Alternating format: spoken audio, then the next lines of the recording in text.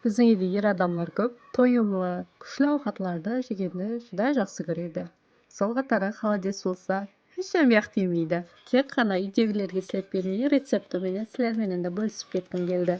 Баста сияқ, гелле бәрін жақсылап, қырғышпенен қарап, жуып, тазалап алып, суға салып бір қайнатып аламыз. Бірінші қайнаған суын төкіп тастап, тазадан қайтадан су құямыз.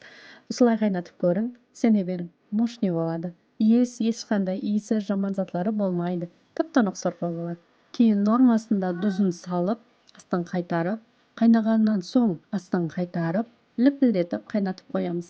Тып-тынық сорпа болады сонда. Өзімізді да ұмытпаймыз.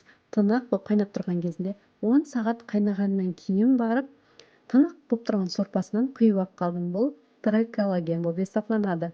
Әрқайын қатырып қойып, холодильникке салып, қазанда аш қарынға жей берсек болады. Тынық сорпасын алып болғанымыздан кейін барып, кешірін салып қайнатамыз.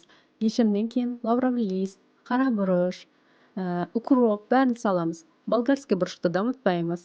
Чеснокты ярым сағат қалған кезінде ғана саламыз. Сонда дәмі мазалы, мощный болады. Міне менің холодецім 10 сағатқа шамалас қайнап пісті.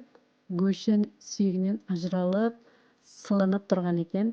Боп-бос болып пісті. 13 сағат қайнатуымның себебі енеме апам осылай үйреткен. Сүйекті, жілікті, гелле тұяқларды қанша көп қайнатсаң, сонша пайдасы бар деп үйреткен. Ал пісіп болған көшімізді есе майдалап, 3 табаққа салдым. 3 табаққа салуымның себебі балаларға ащы бұрыш самастан тынық сорпасының өзін құямын. Ал қалған 2 табаққа болса ащы бұрышты езіп, сорпасына ащысы шыққаннан кейін барып құйдым. Көріп тұрғаныңыздай үстіндегі артықша майлардың бәрін сүзіп алып, тек қана түйірлі гөшін ғана қалдырдым. Холодесімізді комнатный температурада суытып, кейіннен барып холодильникке салып, кемінде 4-5 сағат қалдыруымыз керек. Мен сіздерге енемнің үйреткен ысылын, неше жылдардан бері қайнатып пісіріп келе ысылымды көрсеттім.